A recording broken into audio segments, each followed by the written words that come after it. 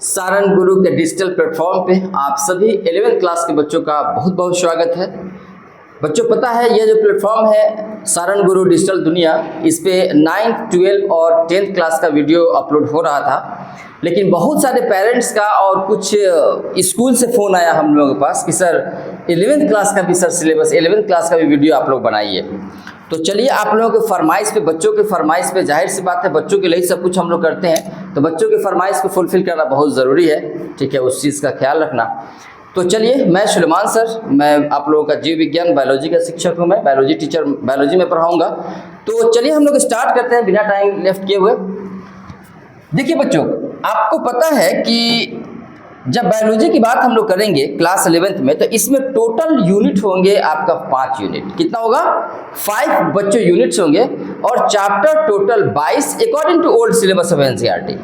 अगर आप NCERT book देखिए तो पुराने वाले सिलेबस से बच्चों देखेंगे तो उसमें 22 चैप्टर था, लेकिन जो न्यू सिलेबस है, जो नया वाला जो एनसीईआरटी आया है बच्चों, उसमें से कुछ चैप्टर्स को डिलीट किया है। अच्छा, चैप्टर को तो डिलीट किया ही है, कुछ ऐसे भी चैप्टर्स हैं जो चैप्टर तो है लेकिन उसके अंदर कुछ ऐसे टेक्स्ट है, कुछ ऐसे कंटेंट है, उसको डिलीट कर दिया है। तो खैर उस पर हम लोगों को नहीं जाना है, जो सिलेबस हम लोगों के पास है, जो बुक्स में है, उसको हम लोगों को पढ़ना है। ठीक है, तो टोटल बच्चों यूनिट हम लोग का 5 है। उस 5 यूनिट में पहला यूनिट आज हम लोग शुरू करेंगे। फर्स्ट जो यूनिट है बच्चों, अगर हम लोग बात करेंगे यूनिट फर्स्ट, पहले चैप्टर के बारे में, 4 चैप्टर है इसके अंदर, उसके बारे में आप लोग जान लीजिए, उसको पढ़ लीजिए। जीव जगत में विविधता, जीव जगत में विविधता बच्चों यूनिट का नाम है, तो जाहिर सी बात है। चलिए पहला यूनिट क्या है भाई, तो आप लोग देखेंगे इसमें है कि जीव जगत में विविधता। ठीक है, विविधता, diversity in the living world, diversity in living organism. ठीक है, इसके अंदर बच्चों 4 चैप्टर है। ठीक है, कौन कौन से चैप्टर है तो पता है कि आप लोग तो बुक्स देखे ही होंगे। पहला चैप्टर आप लोगों का द लिविंग वर्ल्ड। पहला क्या है? द लिविंग वर्ल्ड, जिसको हम लोग बोलते हैं जीव जगत। क्या बोलेंगे बच्चों? जीव जगत। चलिए दूसरा चैप्टर क्या है आप लोगों को पता ही है, बायोलॉजिकल क्लासिफिकेशन। बायोलॉजिकल क्लासिफिकेशन, बस 5 मिनट में इसके बारे में हम लोग बात कर ले। जीव जगत का वर्गीकरण, जीव जगत का वर्गीकरण। ठीक है, अब क्या है बच्चों, तीसरा नंबर चैप्टर है आपका प्लांट किंगडम। क्या है? प्लांट किंगडम, जिसको हम लोग बोलते हैं बच्चों पादप जगत। इसके बाद चौथा नंबर चैप्टर इसमें आप लोग पढ़ेंगे एनिमल किंगडम होगा। क्या होगा?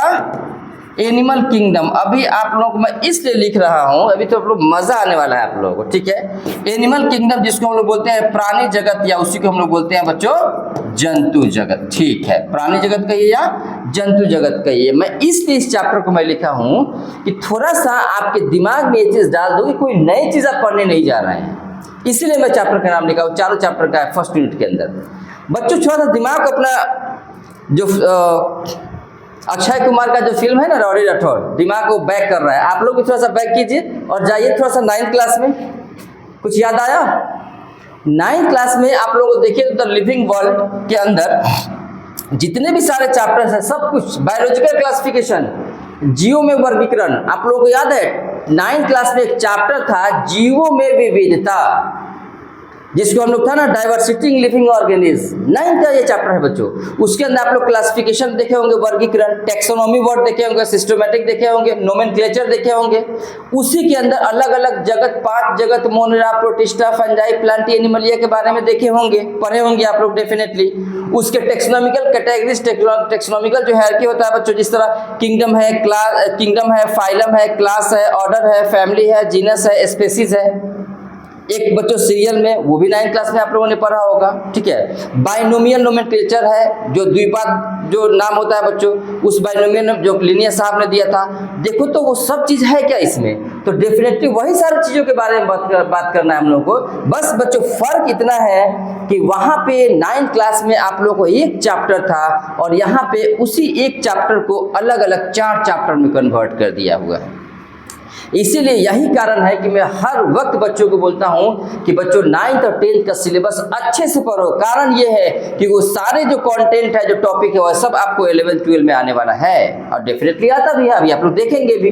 ओके, तो अब हम लोग देखेंगे द लिविंग वर्ल्ड के अंदर क्या हम लोग बात करें। मुख्य रूप से इसमें बात करेंगे लिविंग और नॉन लिविंग के अंदर क्या डिफरेंसेस होता है बच्चों। इसके बाद लिविंग ऑर्गेनिज्म जो 1.7 to 1.8 मिलियंस जो इस पृथ्वी पर है, नोन है, जो हम लोग जान चुके हैं। वैसा एक्सपेक्टेशन तो बच्चों 7 to 8 मिलियंस का है, ठीक है। तो उसके बाद हम लोग किस आधार पे हम लोग कैसे उसको कैटेगराइज करते हैं, वो सब चीज के बारे में बात करेंगे। बायोलॉजिकल क्लासिफिकेशन चैप्टर के अंदर आप लोग देखेंगे जीवों में वर्गीकरण के बारे में बच्चों आप लोग देखेंगे। तो जाहिर सी बात है, याद करो 5 किंगडम था R.H. विटकर साहब का 1969 में। 1969 में बच्चों R.H. विटकर ने जो 5 किंगडम क्लासिफिकेशन दिया था, जिसके अंदर Monera, protista, fungi, Plantae, Animalia था ना। मोनेरा जगत था, प्रोटिस्टा जगत था, कवक जगत था, पादप जगत था और जंतु जगत था। ओके, उसमें अब थोड़ा समझिए, यहाँ पे जो 5 जगत होता है ना बच्चों, उस 5 में 3 इसी चैप्टर में पढ़ना है। मोनेरा, प्रोटिस्टा और फंजाई के बारे में, कवक के बारे में इसी चैप्टर में जितना पढ़ना है, फिर आगे नहीं पढ़ना है आप लोगों को। और जो प्लांट किंगडम और एनिमल किंगडम है, तो बच्चों उस प्लांटी एनिमलिया को अलग चैप्टर बना दिया है, क्योंकि वो थोड़ा सा बड़ा है। उसके अंदर जो कंटेंट है, उसका जो मैटर है, वो कुछ ज्यादा है। क्योंकि आप लोग बात करेंगे पादप जगत के भी अंदर 5 डिवीजन बच्चों उसका होता है। Thallophyta, bryophyta, pteridophyta, gymnosperm, angiosperm. क्योंकि सब पढ़ना था आप लोगों को 9th क्लास में, याद करो। 9th क्लास में था ना, अलगी था ना, अलगी, ब्रायोफाइट भी था, टेरिडोफाइट था। इसके बाद बच्चों आप लोगों का जिम्नोस्पर्म था, एंजियोस्पर्म था पादप जगत के अंदर। अच्छा, जंतु जगत के अंदर भी आप लोगों ने पढ़ा होगा बच्चों, याद है। Porifera, सिलेंटाटा, Ctenophora, प्लेटिहेलमिन्थिस, एस्केलामिन्थिस, Annelida, Mollusca, arthropoda, Echinodermata, हेबिकोडाटा, कोडाटा, था ना सब। तो वो सारी चीजें बच्चों हम लोग इसमें बात करने वाले हैं, एनिमल किंगडम्स के अंदर, एनिमलिया के अंदर, ठीक है। तो डेफिनेटली आप लोगों को मजा आएगा। तो चलिए हम लोग आते हैं, फर्स्ट चैप्टर हम लोग स्टार्ट करते हैं। ओके, पहला chapter the living world. Okay, यहां से हम लोग ऐड कर ले। तो देखिए द लिविंग वर्ल्ड जो हम लोग शुरुआत करेंगे, पहला चैप्टर जीव जगत। चैप्टर का नाम क्या है बच्चों? जीव जगत। उस जीव जगत के अंदर सबसे पहले बच्चों आपका टॉपिक होगा जीव क्या है, लिविंग क्या है। एक बात बताओ, आपके घर के आसपास का सराउंडिंग नजर उठा के बच्चों देखो तो आप देखेंगे कि सर हाँ, गाय है, भैंस है, कुत्ता, बिल्ली, चूहा, तितलिया है, अलग अलग तरह का इंसेक्ट है, चिड़िया है, बहुत सारे अलग अलग तरह के बच्चों ऑर्गेनिज्म आप जीव जंतु को आप देख रहे हैं। पौधों में देख रहे हैं, कहीं आम का पेड़ है, अमरूद का पेड़ है, सब्जियों का अलग अलग, भिंडी का पेड़ है, नेनुआ का पेड़, अलग अलग तरह का लिविंग ऑर्गेनिज्म, अलग अलग तरह का बच्चों प्लांट्स देख रहे हैं, एनिमल्स देख रहे हैं, फंगस देख रहे हैं, आप इंसेक्ट्स देख रहे हैं, पानी के अंदर मछलियां देख रहे हैं, पानी के अंदर एक्वेटिक इंसेक्ट देख रहे हैं। तो जितने भी तरह के अपने सराउंडिंग में जो ऑब्जर्व कर रहे हैं आप जो लिविंग ऑर्गेनिज्म को, आप कैसे कह दिए कि वो लिविंग ऑर्गेनिज्म है? आप किस आधार पे कहे? आसमान में तो जहाज भी उड़ता है, लेकिन जहाज को आप लिविंग ऑर्गेनिज्म क्यों नहीं कहे? आप चिड़िया को ही क्यों बोल दिए? आप बोलेंगे नहीं ठीक है, वो अलग एडिशनल एक फोर्स लगाया जा रहा है उसमें, जो बनाने के लिए वो पर्टिकुलर किसी सेल्स का बना हुआ, ये कोई कोशिका का बना हुआ वो नहीं है, कोशिकीय संगठन का बना हुआ नहीं, उसके अंदर टिश्यू नहीं है, उसके अंदर ऑर्गन्स नहीं है। तो बहुत सारी चीजें। तो मैं अभी आप लोगों को बताऊंगा, अगर मैं सवाल करूं आप लोगों से कि on the basis of which characteristic you classify the living and the non, distinguish the living and non living. बच्चों सजीव को और निर्जीव को आप अलग अलग बांटते हैं, उसको डिफरेंसेस करते हैं किस आधार पर? तो आप लोग कहेंगे ना, बचपन वाला अगर डिफरेंशियल देखेंगे कि जो सजीव होता है ना वो खाना खाता है, इसके बाद श्वसन करता है, इसके बाद वो एक से दूसरे जगह जाता है, वो ठीक है, यही सब ना परिवहन होता है, सब चीजें उसके अंदर। तो ये तो बच्चा वाला डिफरेंशियल हो गया। अगर स्टैंडर्ड डिफरेंसेस के बारे में बच्चों अगर हम लोग बात करें तो क्या होगा, थोड़ा सा यहाँ पे देखिए। अगर हम लोग बात कर रहे हैं यहाँ पे लिविंग ऑर्गेनिज्म के बारे में, लिविंग ऑर्गेनिज्म, तो बच्चों बात एकदम बहुत ही सिंपल है, इसको समझ लीजिए। इस लिविंग ऑर्गेनिज्म के बारे में बात करेंगे तो हम लोग 5 ऐसे कैरेक्टरिस्टिक्स के बारे में बात करने जा रहे हैं, 5। सबसे पहले हम लोग बात करेंगे लिविंग ऑर्गेनिज्म के अंदर ग्रोथ होता है, लिविंग ऑर्गेनिज्म के अंदर रिप्रोडक्शन, जनन की क्रिया होता है बच्चों। क्या होता है? रिप्रोडक्शन होता है। और क्या होता है? तो आप लोग कहेंगे कि सर उसके अंदर उपापचय क्रिया होती है, जिसको बोलते हैं मेटाबॉलिज्म। क्या होता है? मेटाबॉलिज्म, जिसको आप लोग बोलते हैं उपापचय क्रिया। इसके बाद आप लोग कहेंगे कि सर उसके अंदर सेलुलर ऑर्गेनाइजेशन होता है, सेलुलर ऑर्गेनाइजेशन, जिसको हम लोग बोलते हैं कोशिकीय संगठन। क्या? कोशिकीय संगठन। इसके बाद हम लोग बात करेंगे कॉन्शसनेस, उद्दीपन, सेंस करने की एबिलिटी। ओके, तो अब देखिए, अब हम लोग ये बात करेंगे बच्चों, ये तो हो गया आप लोगों का अलग अलग 5 हो गया ना, ठीक है।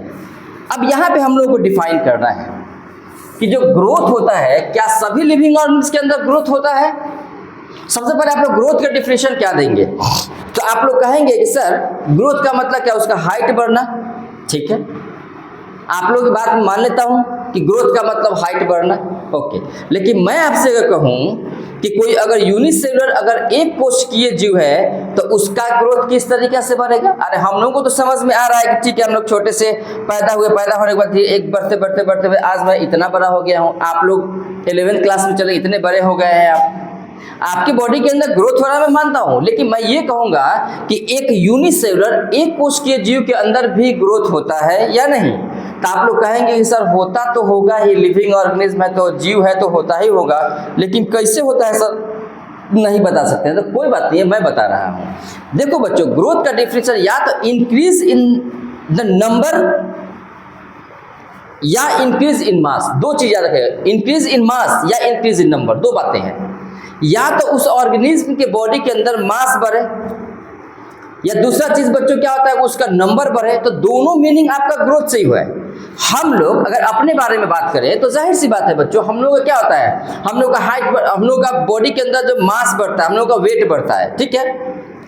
कोई भी इंसान छोटा से बड़ा होता है, थोड़ा सा मोटा होता है, अलग अलग हम लोग ऑब्जर्वेशन करते हैं। लेकिन अगर यूनिसेलुलर के बारे में बात करें, एक कोशिकीय, तो याद रखिएगा उसमें भी ग्रोथ होता है, लेकिन उसके पॉपुलेशंस में नंबर में उसका इजाफा होता है, उसकी संख्या में बच्चों वृद्धि होता है। तो उस संख्या में वृद्धि को हम लोग बोलेंगे उसका ग्रोथ, के बाद ग्रोथ कहेंगे उसको, ठीक है।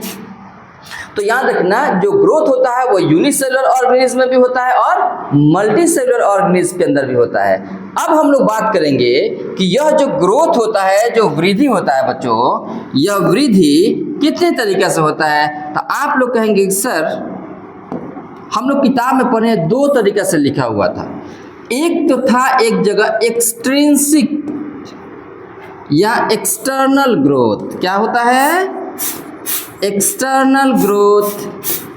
और दूसरा होता है इंटरनल ग्रोथ।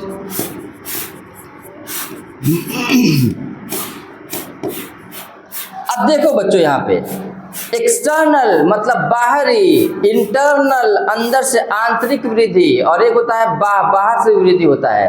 लेकिन यहाँ पे बच्चों एक बात समझना पड़ेगा आप लोगों को, किताब में आप लोगों ने पढ़ा होगा एक विशेष लक्षण, एक डिफाइनिंग प्रॉपर्टी होता है बच्चों, एक नॉन डिफाइनिंग प्रॉपर्टी होता है। तो ये प्रॉपर्टी क्या है, ये डिफाइनिंग या नॉन डिफाइनिंग प्रॉपर्टी क्या है? ये तो सिंपल तरीके से बच्चों इसको समझ लो, वह प्रॉपर्टी, वह गुण जो जब सिर्फ और सिर्फ लिविंग ऑर्गेनिज्म के अंदर ही हो, नॉन लिविंग के अंदर कभी नहीं हो। मतलब कोई उसमें अपवाद नहीं होना चाहिए। अगर अपवाद आ गया तो फिर वो लिविंग ऑर्गेनिज्म, वो डिफाइनिंग प्रॉपर्टी नहीं है।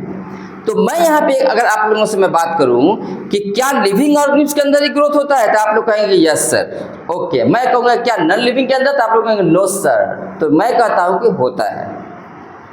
अब आप लोग कंफ्यूज कर देंगे सर नॉन लिविंग के अंदर ग्रोथ कैसे हो सकता है? देखो बच्चों, कुछ पार्टिकुलर चीजें हैं, जैसे मान लीजिए पहाड़, माउंटेन, पहाड़ वगैरह में बच्चों क्या होता है, वहां पे भी ग्रोथ देखने को मिलता है।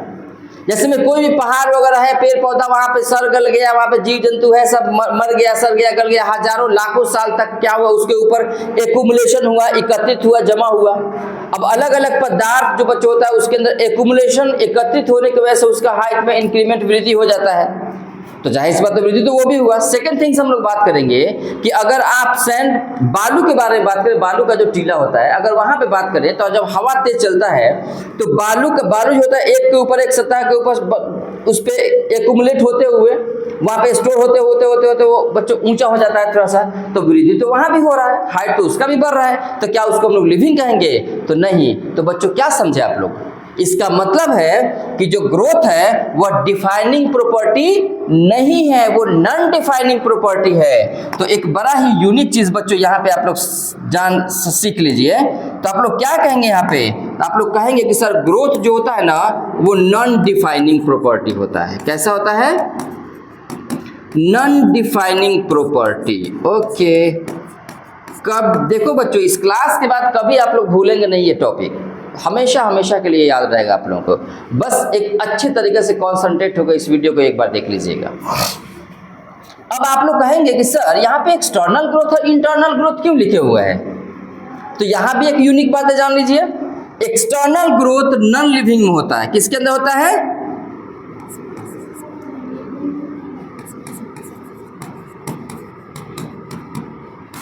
In non living things. Internal growth कहाँ होता है? तो लिविंग ऑर्गेनिज्म के अंदर होता है बच्चों। लिविंग क्या होता है? तो ये किस में होता है? तो in living organism, in living. मुझे उम्मीद है कि ग्रोथ आप लोगों का क्लियर हो गया होगा। तो क्या समझे हम लोग ग्रोथ के बारे में? दो तरह का, एक्सटर्नल ग्रोथ ऊपर में बाहर से बच्चों, तो जब भी होगा तो किसके अंदर होगा? नॉन लिविंग के अंदर होगा। दूसरी बात हम लोग बात करेंगे इंटरनल ग्रोथ, जो हम लोगों में क्या होता है? हम लोगों में, हम लोग के शरीर के अंदर बच्चों कोशिका डिवाइड करता है, कोशिका का विभाजन होता है। 1 से 2 सेल, 2 से 4, 4 से 8, 8 से 16, 16 से 32। Each cell divided in 2। प्रत्येक कोशिका एक से ज्यादा है, 1 से 2 में विभाजित होता है। इसके बाद क्या होता है बच्चों? जाहिर सी बात, इससे इंटरनल ग्रोथ। तो याद रखिएगा, किसी भी लिविंग ऑर्गेनिज्म के अंदर से ग्रोथ होता है, अंदर से सेल्स का डिवीजन होता है तो ग्रोथ होता है। लेकिन नॉन लिविंग के अंदर एक्सटर्नल ग्रोथ होता है बच्चों। बाहर किसी पदार्थ का एक्युमुलेशंस की वजह से, जमा होने की वजह से उसका हाइट बढ़ जाता है बच्चों। तो ये बातें हो गया आपके ग्रोथ के बारे में बच्चों। चलिए अब हम लोग आते हैं रिप्रोडक्शन। क्या रिप्रोडक्शन ठीक है? रिप्रोडक्शन लिविंग ऑर्गेनिज्म के अंदर होता ही है, लेकिन मैं आप लोगों से कहूं कि रिप्रोडक्शन क्या सभी लिविंग ऑर्गेनिज्म के अंदर होता है? तो कुछ बच्चे कहेंगे कि सर हाँ, कुछ सभी लिविंग ऑर्गेनिज्म के अंदर रिप्रोडक्शन होता है। और कुछ बच्चे जो पढ़े होंगे किताब बोलेंगे नहीं सर, सभी लिविंग ऑर्गेनिज्म के अंदर ये नहीं होता है जनन की क्रिया। इसको रिप्रोडक्शन कहिए या जनन कहिए या प्रजनन कहिए। अब आप लोग कंफ्यूजन में, जो बच्चे नहीं जानते इसके बारे में, वो तो कंफ्यूज तो करेंगे ही कि कौन सा ऑर्गेनिज्म है भाई, कौन सा जीव है जिसके अंदर प्रजनन नहीं होता है, रिप्रोडक्शन नहीं होता है। जबकि आप लोगों को तो पढ़ाया गया था, आप लोग पढ़े होंगे ना, 10th क्लास में तो पढ़े होंगे ना जनन क्रिया में। क्या पढ़े थे जनन प्रक्रिया के बारे में? कि reproduction is an important biological process with the help of all living organism produce new baby या न्यू वंस लाइक सेम। पढ़े थे ना कि एक ऐसा प्रक्रिया है जिसे सभी जीव अपने ही जैसा नए संतति को, नए बच्चे को जन्म देते हैं। तो एक तरफ ये कह रहे हैं कि सभी जीव, और दूसरी तरफ मैं आप लोगों को बोल रहा हूं कि बच्चों सभी लिविंग ऑर्गेनिज्म बेबी को जन्म नहीं देते हैं। कैसे? एक्सेप्शन। तो बच्चों याद रखिएगा, यहाँ भी अपवाद है। खच्चर का नाम सुने आप लोग? म्यूल। खच्चर क्या होता है बच्चों? एक जानवर होता है जो कि पहाड़ वगैरह पे ऊंचाई पे सामान वामान ढोने के काम आता है। खच्चर पे लोग, बहुत लोग उस पे चढ़ के वैष्णो देवी वगैरह लोग जाते हैं ना घूमने फिरने, पहाड़ी इलाका पे मंदिर घूमने। तो वहाँ पे अक्सर आप लोग देखते होंगे कोई पहाड़ी इलाका में सामान वामान ढोने के लिए, या इंसान उस पर बैठ कर, आदमी बहुत सारे लोग ऊंचाई पे लोग जाते हैं। तो खच्चर म्यूल क्या होता है बच्चों? वो इनफर्टाइल होता है, वो बच्चे को जन्म नहीं देता है, वो प्रजनन नहीं करता है। दूसरी बात, हम लोग वर्कर बीज के बारे में बात करेंगे। अरे मधुमक्खी के छाता में जितने भी सारे मधुमक्खी है, क्या सब के सब प्रजनन नहीं करते हैं? और सब के सब बेबी अंडा देते हैं और अंडा में से बच्चा निकलता है? तो बिल्कुल नहीं। इनफर्टाइल कपल ऑफ ह्यूमंस, बच्चों इंसानों में भी ऐसा होता है। बहुत सारे ह्यूमन बींग्स में बच्चों इनफर्टाइल ह्यूमंस होते हैं। जैसे मैं एक बात बताइए, ट्रेन के अंदर आप लोग सफर करते होंगे तो ट्रेन में अक्सर आप लोगों को देखने को मिलता है कि ट्रेन के अंदर लोग ट्रांसजेंडर जो होते हैं, ठीक है, जो आप लोगों से पैसा वगैरह मांगते हैं, हम लोग उन लोगों से आशीर्वाद भी हम लोग लेते हैं, या छोटे छोटे बच्चों से पैसा हम लोग दिलवाते हैं, वो लोग आशीर्वाद देते हैं। हम लोग ऐसा मानना है कि वो लोग पवित्र होते हैं, क्योंकि बहुत सारे रिप्रोडक्टिव साइकिल्स वाला रिप्रोडक्टिव जो सिस्टम उन लोगों का वो फंक्शनिंग में नहीं रहता है। तो बच्चों देखिए, तो एक्सेप्शन हो गया ना, ये सब अपवाद हुआ ना भाई, एक्सेप्शन हुआ ना। ऐसे ही बच्चों एक लाइगर भी हम लोग एग्जाम्पल ले सकते हैं। तो देखिए रिप्रोडक्शन भी आप लोगों को पता है। वैसे इसके टाइप्स के बारे में अगर हम लोग बात करेंगे तो सबको मालूम है कि रिप्रोडक्शन जो होता है, जाहिर सी बात है बच्चों, दो तरीके से होता है। एक होता है एसेक्सुअल रिप्रोडक्शन और दूसरा होता है सेक्सुअल रिप्रोडक्शन। तो हम लोग को अंदर नहीं जाना है, हम लोग को वो डिस्कस नहीं करना है कि सेक्सुअल रिप्रोडक्शन क्या होता है, सेक्सुअल रिप्रोडक्शन होता है, उससे कोई मतलब ही नहीं है अभी हम लोगों का। वो तो बाद में जब पढ़ना होगा तो पढ़ेंगे हम लोग 12 क्लास के फर्स्ट सेकंड थर्ड और फोर्थ 4 चैप्टर तक प्रजनन पढ़ना है पूरा। तो अगर इसके बारे में बात करें रिप्रोडक्शंस के बारे में, तो अब आप लोग बताइए डिफाइनिंग प्रॉपर्टी या नॉन डिफाइनिंग प्रॉपर्टी। तो आप लोग कहेंगे कि नहीं सर ये भी नॉन डिफाइनिंग प्रॉपर्टी है। कैसा है? It is also the non defining property.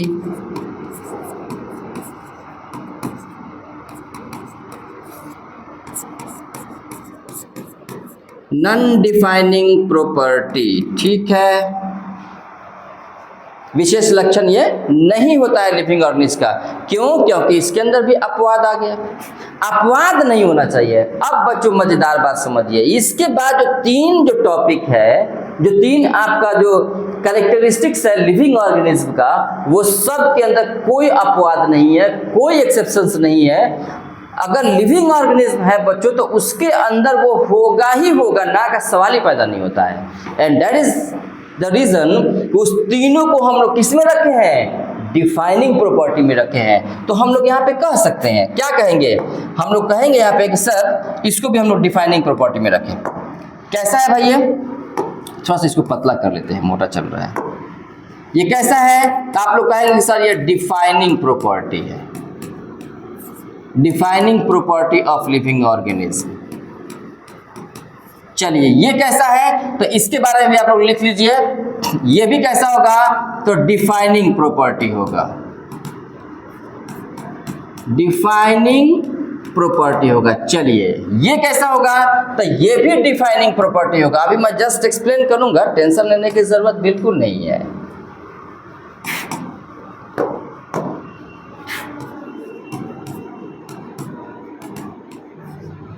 Defining property है बच्चों। अब समझो, थोड़ा सा प्रूफ कर दूं मैं कैसे, क्योंकि जाहिर सी बात है आप लोगों को तो जानना पड़ेगा ना। कोई पूछ दिया अगर कि बताइए तो ये तीनों डिफाइनिंग प्रॉपर्टी क्यों है, ये दोनों नॉन डिफाइनिंग प्रॉपर्टी क्यों है, तो प्रूफ तो करना पड़ेगा ना आपको। तो अब देखो बच्चों, तीसरा क्या है? मेटाबॉलिज्म। मेटाबॉलिज्म का मतलब हिंदी होता है उपापचय क्रिया। एक बात बताइए, जितने भी तरह के all types of chemical reaction that takes place in the living organism, वो सभी तरह का रासायनिक क्रियाएं जो किसी भी लिविंग ऑर्गेनिज्म के अंदर या आपके अंदर हो रहा है, तो याद रखना बच्चों, दुनिया का कोई भी ऑर्गेनिज्म हो, चाहे वो यूनिसेलुलर ऑर्गेनिज्म हो, चाहे वो मल्टीसेलुलर ऑर्गेनिज्म हो, मेटाबॉलिज्म तो होगा ही होगा, ना का सवाल ही नहीं है। मेटाबॉलिज्म होगा ही होगा। उसके अंदर कहीं पे कार्बोहाइड्रेट टूट रहा है तो कहीं कार्बोहाइड्रेट बन रहा है, कहीं पे ग्लूकोज टूट रहा है तो कहीं पे ग्लूकोज बन रहा है। बॉडी के अंदर कहीं एटीपी टूट रहा है तो कहीं एटीपी बन रहा है, एडिनोसिन ट्राइफॉस्फेट एनर्जी यहाँ पे बन रहा है, एनर्जी टूट रहा है। ये प्रोसेस बच्चों चलते रहता है। तो मेटाबॉलिज्म जो होता है ना बच्चों, ये दोनों दो तरह की प्रक्रिया होता है। ये कितने तरीके से? ये दो तरीके का बच्चों ये होता है, दो तरह से। क्या क्या? तो जाहिर सी बात है आप लोग कहेंगे सर हम लोग को पता है पहले से ही। क्या क्या होता है? तो एक एनाबॉलिज्म होता है, एक होता है एनाबॉलिज्म मतलब किसी चीज का बनना, एक होता है केटाबॉलिज्म मतलब किसी भी चीज का टूटना। तो लिविंग फॉर्म्स के अंदर, लिविंग ऑर्गेनिज्म के अंदर बच्चों ये कंटिन्यूअसली चलते रहता है। ये क्लियर? तो अब ये क्या है? अब मैं ये कहूं कि जाहिर सी बात है, अगर एक कुछ के आप बैक्टीरिया के बारे में बात करो, तुम यीस्ट के बारे में बात करो, तुम यूग्लिना के बारे में बात करो, इसके बाद हम लोग कोई भी यूनिसेलुलर ऑर्गेनिज्म के बारे में बात करें, एक कोशिकीय जीव के बारे में, चाहे वो यीस्ट वगैरह हो, कुछ भी फंगस वगैरह हो, तो वो सब के अंदर बच्चों कुछ केमिकल्स रिएक्शन होगा ही होगा, ना का सवाल ही नहीं है। सेलुलर एक्टिविटी जो होगा बच्चों, जो सेल के अंदर साइटोप्लाज्म के अंदर या अलग अलग उसके जो सेल ऑर्गेनेल्स होते हैं कोशिकांग, उसके अंदर कुछ रिएक्शंस वगैरह होता है, वो होगा ही होगा। जिसमें क्या आप लोगों को पता नहीं है? अगर हम लोग माइटोकॉन्ड्रिया के बारे में बात करें तो सबको पता है कि सर माइटोकॉन्ड्रिया के अंदर एटीपी बनता है, ऊर्जा बनता है, इसीलिए तो उसको हम लोग पावर हाउस ऑफ सेल बोलते हैं। सबको पता है कि राइबोसोम्स के अंदर सर प्रोटीन का सिंथेसिस होता है, प्रोटीन बनता है, इसलिए हम लोग protein factory of the cells बोलते हैं। आप सबको पता है कि सर प्लास्टिक जो होता है क्लोरोप्लास्ट, उसके अंदर ग्लूकोज बनता है, प्रकाश संश्लेषण क्रिया के द्वारा। इसीलिए प्लास्टिक के अंदर बच्चों क्या आता है, वहाँ भी तो केमिकल रिएक्शन होता है। क्या आप लोगों ने नहीं पढ़ा है कि सोलर एनर्जी को केमिकल एनर्जी में कन्वर्ट करता है वो? तो सोलर एनर्जी को केमिकल एनर्जी में कन्वर्ट करेगा H2 और CO2 के प्रेजेंट में, सनलाइट के प्रेजेंट में, तो जाहिर सी बात है बच्चों, तो वहाँ पे केमिकल रिएक्शन हुआ नहीं है? डेफिनेटली हुआ, रासायनिक क्रिया तो होगा ही होगा। तो याद रखिएगा बच्चों, अगर कोई पूछता है तो कहिएगा कि जो उपापचय क्रिया होता है, जो मेटाबॉलिज्म होता है, वो डिफाइनिंग प्रॉपर्टी होता है, उसमें कोई अपवाद नहीं है। लिविंग ऑर्गेनिज्म जब भी होगा तो लिविंग ऑर्गेनिज्म के अंदर होगा और यह प्रोसेस होगा ही होगा, इसमें कोई दो राय नहीं है। ठीक है, चलिए अब हम लोग आते हैं सेलुलर ऑर्गेनाइजेशंस। यस, बड़ा ही इंपॉर्टेंट है बच्चों ये भी। क्या है ये? कोशिकीय संगठन। तो चलिए, मुझे लगता है ये बात आप लोग खुद से भी इस सवाल का जवाब दे सकते हैं। मैं पूछूंगा कि सेलुलर ऑर्गेनाइजेशन डिफाइनिंग प्रॉपर्टी कैसे है, तो फिर आप लोग कहेंगे कि सर इस दुनिया का कोई भी ऐसा ऑर्गेनिज्म नहीं है जो बिना सेल्स का बना हो। जाहिर सी बात यही ना कहेंगे आप लोग। अगर एक कोशिकीय जीव यूनिसेलुलर्स के बारे में भी बच्चों अगर हम लोग बात करें तो जाहिर सी बात है, एमीबा हो गया, पारामीशियम हो गया, यूग्लिना हो गया, बैक्टीरिया हो गया, यीस्ट हो गया, बहुत सारे फंगस हो गया, बहुत सारे अलगी हो गया बच्चों। ठीक है, ये सारे के सारे बच्चों जाहिर सी बात है एक सेल्स के बने होते हैं। और पता है सेल्स का कैरेक्टरिस्टिक्स होता है, कुछ के अंदर सेल मेम्ब्रेन होगा, साइटोप्लाज्म होगा, न्यूक्लियस होगा और बहुत सारे कोशिकांग उसके अंदर होगा। ठीक है, तो चाहे अब अलग बात है कि सेलुलर ऑर्गेनाइजेशंस में कोई होगा बच्चों यूनिसेलुलर और कोई होगा मल्टी सेलुलर। तो यहाँ पे एक और बातें बच्चों लिख लो, यहाँ पे या तो वो होगा यूनिसेलुलर या तो होगा, या तो एक कोशिकीय होगा और नहीं तो मल्टी सेलुलर होगा बच्चों, जिसको हम लोग बोलते हैं बहुकोशिकीय जीव। एक कोशिकीय जीव और बहुकोशिकीय जीव। तो ये बातें भी बच्चों आप लोग समझ गए। ठीक है, तो चलिए ये भी किस में आएगा, तो डिफाइनिंग प्रॉपर्टीज। आप लोग कहिएगा कि सेलुलर ऑर्गेनाइजेशन कोशिकीय संगठन भी एक डिफाइनिंग प्रॉपर्टी होता है लिविंग ऑर्गेनिज्म का। अगर वो लिविंग ऑर्गेनिज्म है तो 100% वो कोशिका का ही बना होगा। ओके, उसके अंदर कोशिकीय संगठन होगा, सेलुलर ऑर्गेनाइजेशंस होगा।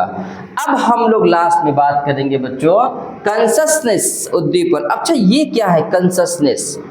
Ability to sense. बच्चों याद रखिएगा, किसी भी लिविंग ऑर्गेनिज्म्स के अंदर सेंस करने की एबिलिटी होता है। वो हम लोगों में है नहीं, 5 सेंसरी ऑर्गन है।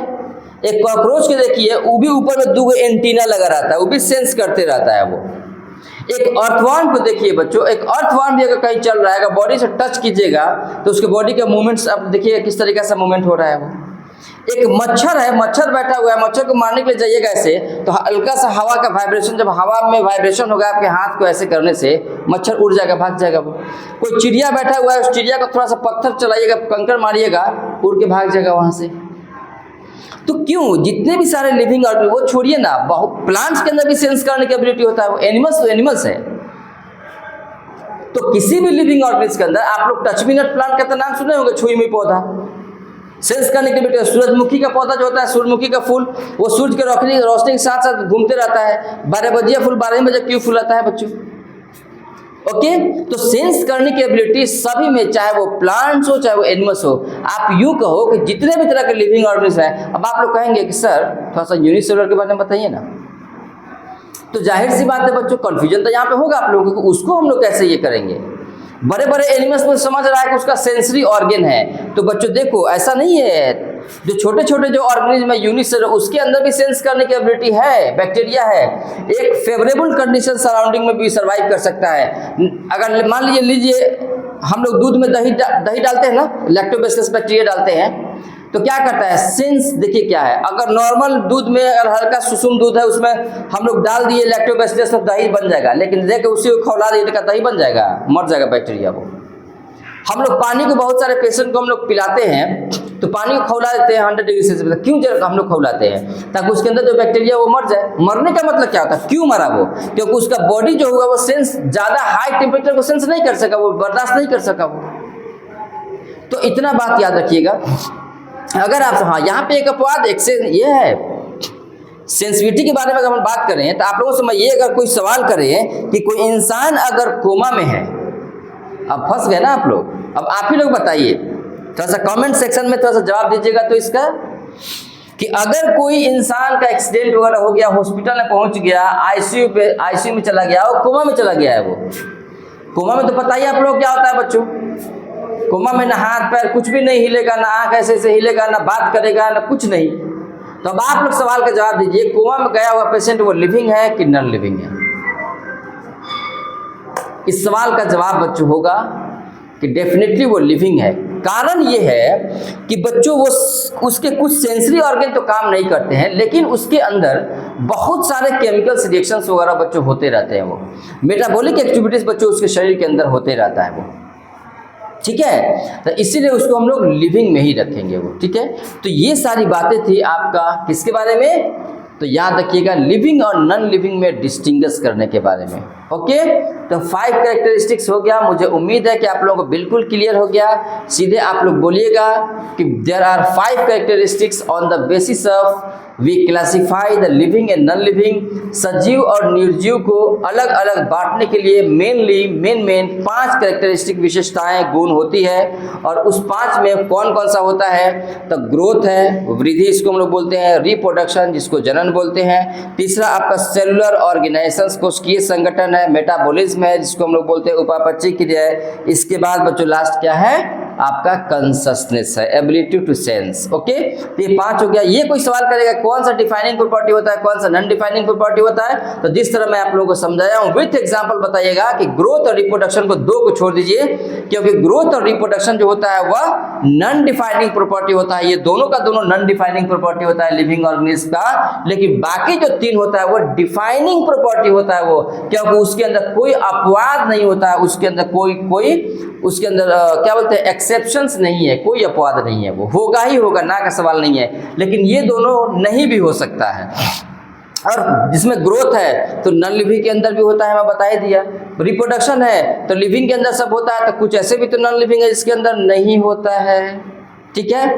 तो चलिए यहाँ तक तो बातें हो गई। अब अगला टॉपिक हम लोग का क्या है, अगला टॉपिक हम लोग बात करेंगे कि ये तो हम लोग दोनों के बारे में, अब एक्चुअल में बात करेंगे कि जीव जगत में विविधता जो टॉपिक है आप लोगों का, इसके अंदर एनसीईआरटी में आप लोग देखेंगे टॉपिक होगा जीव जगत में विविधता। अब आप लोग अगला पेज पे आइए। एक बात बताइए, मैं आप लोगों से क्या बोला था शुरू में, आप अपने सराउंडिंग में नजर उठा के देखिए चारों तरफ, कितने तरह के अलग अलग तरह के लिविंग ऑर्गेनिज्म को देखेंगे, कितना बच्चों को खूबसूरत लगता है। दौड़ता हुआ घोड़ा को देखिए, उड़ता हुआ चिड़िया को देखिए, आप तितली को उड़ता हुआ देखिए, गाय भैंस कुत्ता बिल्ली चूहा, जहाँ जितने भी सारे अलग अलग एनिमल्स वगैरह देखिए। आपके सराउंडिंग में कितने तरह के लिविंग ऑर्गेनिज्म है बच्चों, याद रखिएगा। अप्रॉक्सीमेटली इस दुनिया में अब तक 1.7 से लेकर 1.8 मिलियंस, कितना बच्चों, इतना मिलियंस स्पेसीज प्रजाति के बारे में अब तक हम लोग रिसर्च डिस्कवरी कर चुके हैं। 1.7 से लेकर 1.8 मिलियंस इतने स्पेसीज के बारे में हम लोग नोन है बच्चों, जान चुके हैं। और ऐसा अनुमान लगाया जाता है कि यह अप्रॉक्सीमेटली 7 से लेकर 8 मिलियंस होने की संभावना है। अब बताइए 7 से 8 मिलियंस, इतने लाख, 70 से 80 लाख अलग अलग तरह के प्रजाति बच्चों इस दुनिया में है। लेकिन अभी तक हम लोग जो डिस्कवरी किए हैं वह लगभग 17 लाख से लेकर 18 लाख अलग अलग तरह के प्रजाति के बारे में हम लोग डिस्कवरी किए हैं। लेकिन रिसर्च बच्चों जारी है अभी भी। जैसे मैं एक एग्जांपल बताइए आप लोग, समंदर, क्या समंदर जितना लंबा चौड़ा जितना गहरा है, क्या समंदर के सभी रीजन के बारे में सभी डेप्थनेस तक जाकर हम लोग रिसर्च कर लिए हैं? क्या हम लोग को पहुंच है? तो बिल्कुल नहीं। तो हमको पता ही नहीं है कि समंदर के उस जगह पे हम लोग गए ही नहीं जब, तो पता कैसे लगेगा कि वहाँ पे कौन कौन से डिफरेंट अलग अलग तरह के लिविंग ऑर्गेनिज्म है। आप लोगों ने बच्चों नाम सुना होगा अमेज़न रेन फॉरेस्ट। तो अमेज़न रेन फॉरेस्ट जिसको हम लोग लंग्स ऑफ द अर्थ बोलते हैं, अर्थ का लंग्स बोला जाता है बच्चों, फेफड़ा बोला जाता है, इस पृथ्वी का फेफड़ा, जो 20% ऑक्सीजन अकेला देता है। अब आप लोग एक सवाल का जवाब दीजिए कि यह जो बच्चों 20% ऑक्सीजन प्रोवाइड कर अमेज़न रेन फॉरेस्ट, इतना बड़ा बच्चों है वो, उसके अंदर कितना सारा देश समा जाएगा। अब जानिए उस अमेज़न रेन फॉरेस्ट के अंदर अब तक कुछ मैं 100% की बात नहीं कर रहा हूँ, बस 10% के आसपास, 10 से 12%, 15% अलग अलग किताब अलग अलग परसेंटेज लिखता है, लेकिन इतना कम बच्चों अभी तक हम लोग रिसर्च किए हैं, वहाँ तक हम लोगों की पहुँच हुई है कैमरा के माध्यम से। इसके बाद क्या बोलते हैं वो ड्रोन के माध्यम से, या बहुत सारे इंसान भी गए हैं, या बहुत सारे बच्चों जानवर हैं जो जानवर के बॉडी पे हम लोग कैमरा बांध देते हैं, जाने देते हैं हम लोग, तो उस जाकर वो सब सीसीटीवी से सब रिकॉर्ड करता है वो। लेकिन उसका भी एक लिमिटेशन है ना बच्चों, उस जानवर का भी एक डेडलाइन से एरिया है, उसके आगे वो नहीं जाएगा, क्योंकि वो सब अलग अलग पता है कि इसके आगे जाएंगे तो खतरा है। तो जहां तक हम लोग की पॉसिबल है पहुंचने का, वहां तक हम लोग पहुंचे हैं, तब उसमें सब इंक्लूड है 1.7 to 1.8 मिलियंस। लेकिन अब सोचो बच्चों, बाकी इतना बड़ा अमेजोन रेन फॉरेस्ट जहाँ पे इंसान की पहुंच ही नहीं हुई हम लोगों की, तो हम लोग क्या जानेंगे।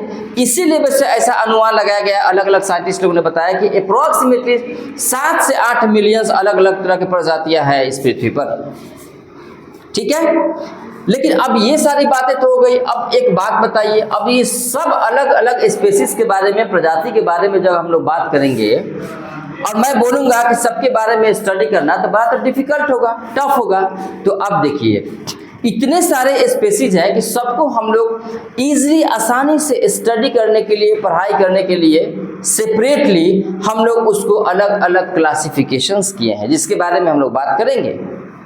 हम लोग सबका एक पार्टिकुलर नोमेनक्लेचर नेमिंग किए हैं बच्चों, जिसके अंदर आप इस चैप्टर के अंदर पढ़ेंगे कि ICBN क्या होता है, international code of botanical nomenclature, ICZN क्या होता है, international code of zoological nomenclature, binomial nomenclature क्या होता है, जो मैं आप लोग बताऊंगा कि 2 तरीके के बाइनोमियल नोमेनक्लेचर में एक साइंटिफिक नेम होता है बच्चों, वैज्ञानिक नाम, जिसके अंदर 2 तरीके से हम लोग बात करेंगे।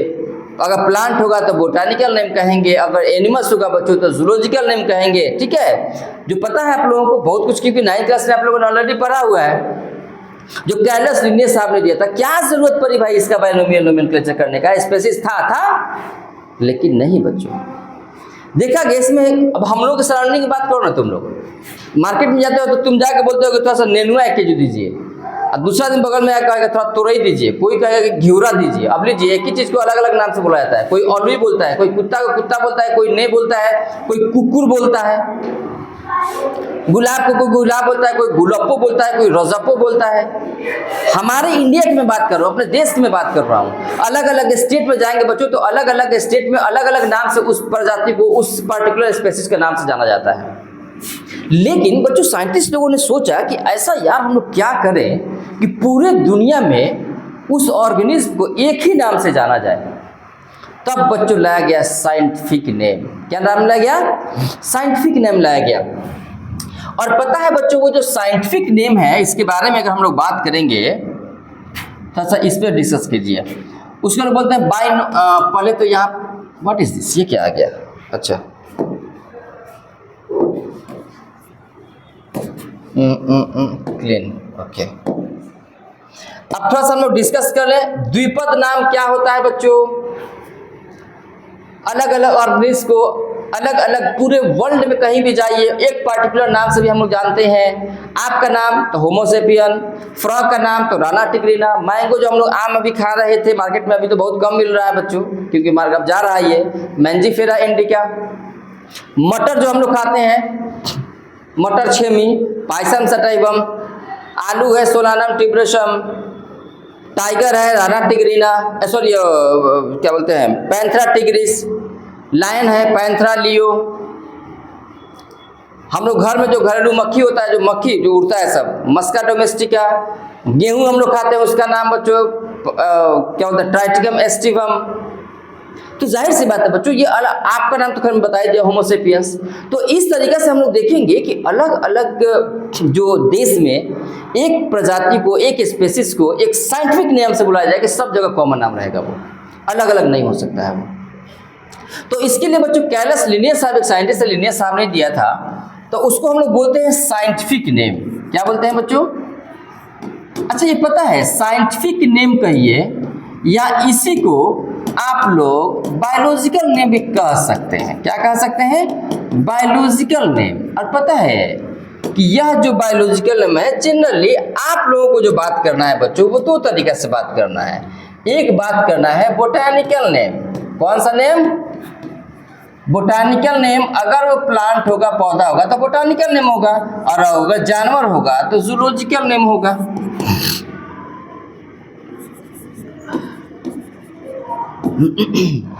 जूलॉजिकल नेम हो गया। लेकिन बाबू मेरे यहीं पे भी कहानी खत्म नहीं हुआ है। किसी भी स्पेसीज का, किसी भी प्रजाति का, ऑर्गेनिज्म का साइंटिफिक नेम लिखने के लिए कुछ टर्म्स कंडीशंस है। जैसे मैं आप लोगों ने पढ़ा होगा किताब में या फिर पढ़ेंगे कि हमेशा उसको इटालिक लैंग्वेज में लिखना चाहिए। अगर हाथ से लिख रहे हैं तो उसको नीचे दोनों को सेपरेटली अंडरलाइन करना होता है। अगर टाइप कर रहे हैं तो हम लोग इटालिक लैंग्वेज का हम लोग इस्तेमाल करना है। फिर उसमें लैटिनाइज कंडीशंस में, खैर आप लोग किताब में 4 पॉइंट में आई थिंक दिया होगा। एक और बात है कि जीनस नेम लिखेंगे तो हमेशा कैपिटल लेटर से लिखेंगे, स्पेसीज नेम लिखेंगे तो हमेशा स्मॉल लेटर से लिखेंगे। ठीक है, तो ये सब कुछ ऐसे टर्म्स कंडीशंस है लिखने का। दूसरी बात, जब कभी भी नाम लिखेंगे तो 2 ही वर्ड का हम लोग इस्तेमाल करेंगे, 2 से 3 शब्द नहीं होना चाहिए। ट्राइनोमियल नहीं होता है, बाइनोमियल नोमेनक्लेचर होता है बच्चों। ठीक है, तो अब देखो, तो साइंटिफिक नेम है एक, मान लीजिए सपोज करो यहाँ पे तुम लोग कुछ एग्जाम्पल लो। जैसे मान लो एग्जाम्पल मैं लूंगा यहाँ पे मैंगो हो गया, क्योंकि बोटानिकल नेम की बात कर रहा हूँ मैं, पौधों की बात कर रहा हूँ। पी हो गया,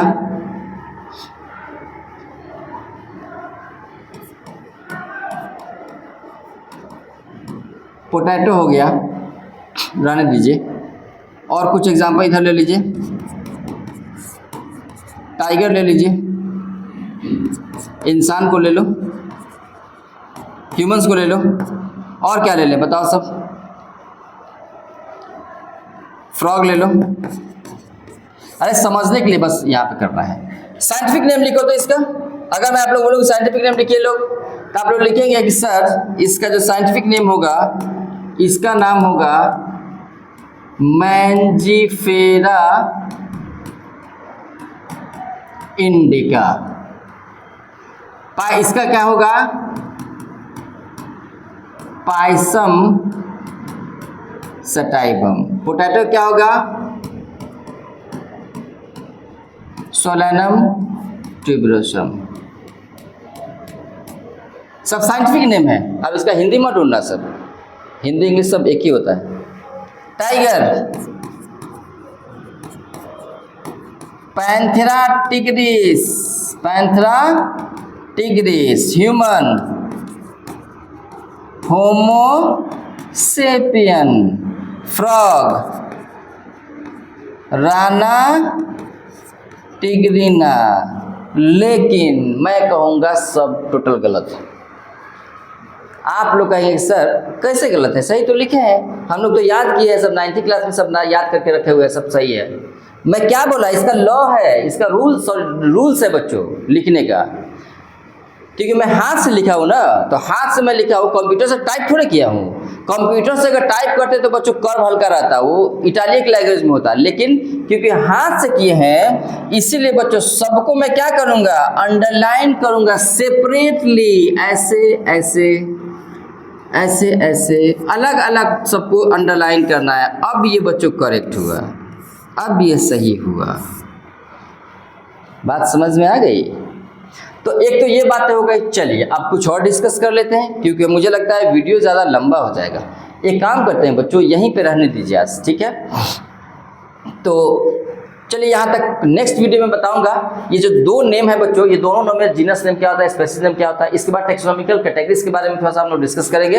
कुछ में बच्चों किंगडम क्या है, फाइलम क्या है, या डिवीजन किसके लिए हम लोग इस्तेमाल करते हैं, क्लास है, ऑर्डर है, फैमिली है, जीनस है, स्पेसीज है। टर्मोलॉजी होगा बच्चों, टेक्सोनॉमी है, सिस्टमैटिक्स है, इसके बाद नोमेनक्लेचर है, क्लासिफिकेशन है, आइडेंटिफिकेशन है। ठीक है, ये सब चीज़ के बारे में बच्चों हम लोग बात करेंगे। मुझे लगता है एक वीडियो, नेक्स्ट जो वीडियो होगा मैं उसको, इस चैप्टर को मैं खत्म करूंगा, क्योंकि 2 या मैक्सिमम 2 या 3 वीडियो बस, क्योंकि उतना कोई खास नहीं है। यहाँ पे नीट वगैरह में या मेडिकल वगैरह में उतना क्वेश्चन बहुत कम ही पूछता है इस चैप्टर से। ऐसा नहीं कि नहीं पूछता है, लेकिन कम रहता है इसमें से। हाँ, जो सेकंड थर्ड आगे का जो चैप्टर है वो सब में से बच्चों टेक्स्ट कंटेंट ज़्यादा है, उस मैटर भी ज़्यादा है, तो क्वेश्चन भी वहाँ से ज़्यादा पूछता है। तो मैं उम्मीद करता हूँ क्लास 11th क्लास के बच्चों को भी अभी खुशियाँ मिली होगी डेफिनेटली, क्योंकि हम लोग 11th क्लास भी शुरू कर चुके हैं। और बच्चों कोशिश कीजिए आप लोग ज़्यादा से ज़्यादा अपने दोस्त अहबाब वगैरह में इसको थोड़ा सा स्प्रेड कीजिए, सारे वीडियो को, इस चैनल्स को, सारण गुरु डिजिटल दुनिया को, ताकि ज़्यादा से ज़्यादा बच्चे फ़ायदा इसका उठा सके। ठीक है, तो चलिए मिलते हैं हम लोग नेक्स्ट वीडियो में, तब तक के लिए okay, bye bye, all the best.